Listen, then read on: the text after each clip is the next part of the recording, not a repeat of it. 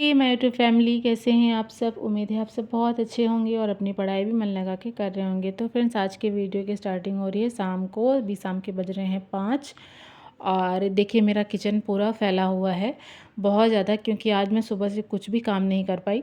और बस मैंने खाना बना दिया था और लंच बना के बेटे को स्कूल भेज दिया था, फिर घर का खाना वगैरह बना दिया था। उसके बाद से मुझे फ़ीवर बहुत ज़्यादा हो गया था, तो मैं बस लेट गई थी।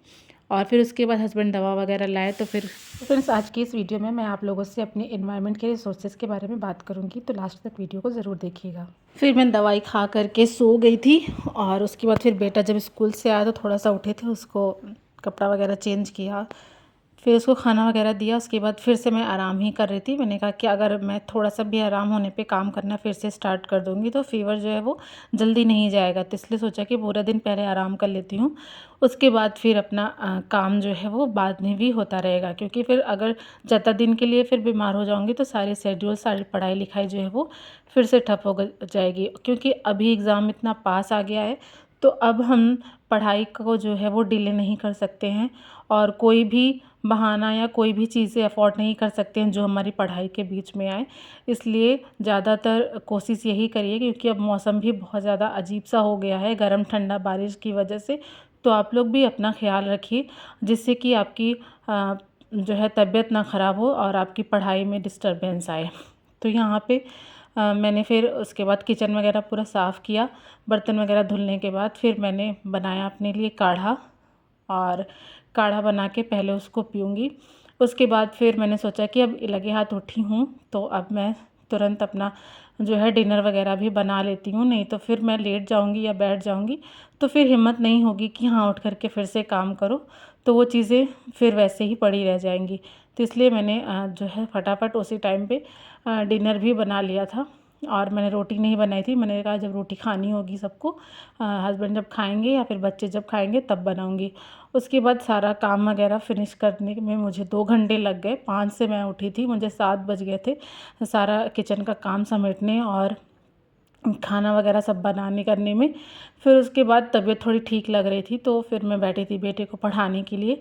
तो मैंने सोचा कि चलो थोड़ी सी स्टडी कर ले जाए, क्योंकि सुबह से बिल्कुल भी पढ़ाई नहीं हुई थी। अभी बेटे को पढ़ाते हुए मैंने सोचा कि अब नया क्या ही टॉपिक शुरू करें। आज का कोई टारगेट तो हुआ नहीं कुछ भी, मैंने सुबह उठी ही नहीं थी, टारगेट बनाया ही नहीं था, तो फिर कहाँ से कंप्लीट होता। तो फिर मैंने उठा लिया अपना हाई कोर्ट वाले एग्ज़ाम की जो मेरी प्रीवियस ईयर बुक है, मैंने उसको उठाया। प्रीवियस ईयर क्वेश्चंस को उसको करूँगी, साथ में बेटे को भी पढ़ाते रहूँगी और साथ साथ उसके क्वेश्चंस को भी मैं देखती रहूँगी। और वो उसको पढ़ा करके फिर जो है अपना डिनर वगैरह करके फिर मैं सो जाऊँगी। तो इस तरह से आज का मेरा दिन जो है वो पूरा बीता है।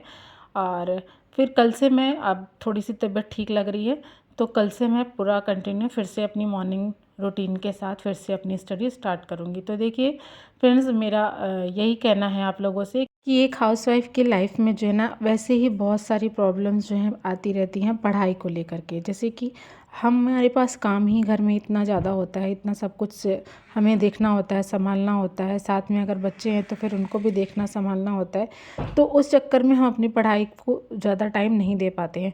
उसके अलावा घर में कोई फंक्शन हो गया, कोई चीज़ बात हो गई, कुछ भी चीज़ें कुछ भी हो गया घर में, तो एक जो कहते हैं घर की बहू होती है या जो भी, तो उनको जो है थोड़ी सी ज़्यादा रिस्पॉन्सिबिलिटीज़ रहती है कि हाँ ये आ रहा है, कोई घर में आ गया, तो वो सारी चीज़ें भी हमें देखनी होती है। तो वैसे ही इतनी सारी जो है हमारे पास प्रॉब्लम है, पढ़ा इतनी इतनी सारी जो है ये जो है वो ऑब्स्टिकल बन के हमारी पढ़ाई के बीच में लगी हैं। तो अगर उसी में हम बीच में हमारा हेल्थ इशू हो जाता है, अगर हम बीमार पड़ जाते हैं, तो वो अलग से हमारे ऊपर जो है वो ऑब्स्टिकल बन जाता है हमारी स्टडी के बीच में। तो इसलिए हमारा और चीज़ों पे तो नहीं ज़ोर है, लेकिन हमारा ख़ुद पे तो ज़ोर है। तो हम अपने आप को ही उस तरीके से प्रिपेयर रखें या उस तरीके से रखें कि हमारी जल्दी हेल्थ इशू ना हो या फिर जल्दी हम बीमार ना पड़ें, जिससे कि हमारी पढ़ाई लिखाई में कोई भी प्रॉब्लम आए। तो मेरा कहना आप लोगों से यही है कि हाँ, अपना ख्याल सबसे पहले रखिए, बाकी चीज़ें बाद में रखिए।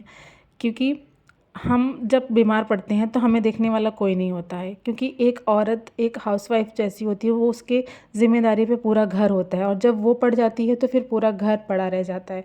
तो आपके बच्चे वैसे पड़े रह जाएंगे, आपके हस्बैंड, आपका घर, हर चीज़ मतलब हो जाती है उस तरीके से। तो हमें अपने आप को अगर स्ट्रांग नहीं बना के रखेंगे, अपने आप को नहीं सही रखेंगे, तो हम बाकी चीज़ों को कैसे संभालेंगे, कैसे अपने सपनों को पूरा करेंगे। आप लोग के कमेंट आए थे कि एक एनवायरनमेंट के लिए मैं क्या पढ़ रही हूँ, तो मैं आप लोग को बता दूँ कि एनवायरनमेंट के लिए मैंने ये रिसोर्स फॉलो किया हुआ है, जो कि है ये दृष्टि की क्विक बुक है, जो कि मेरी पुरानी हो गई है, करीब 3 साल पुरानी है बुक है।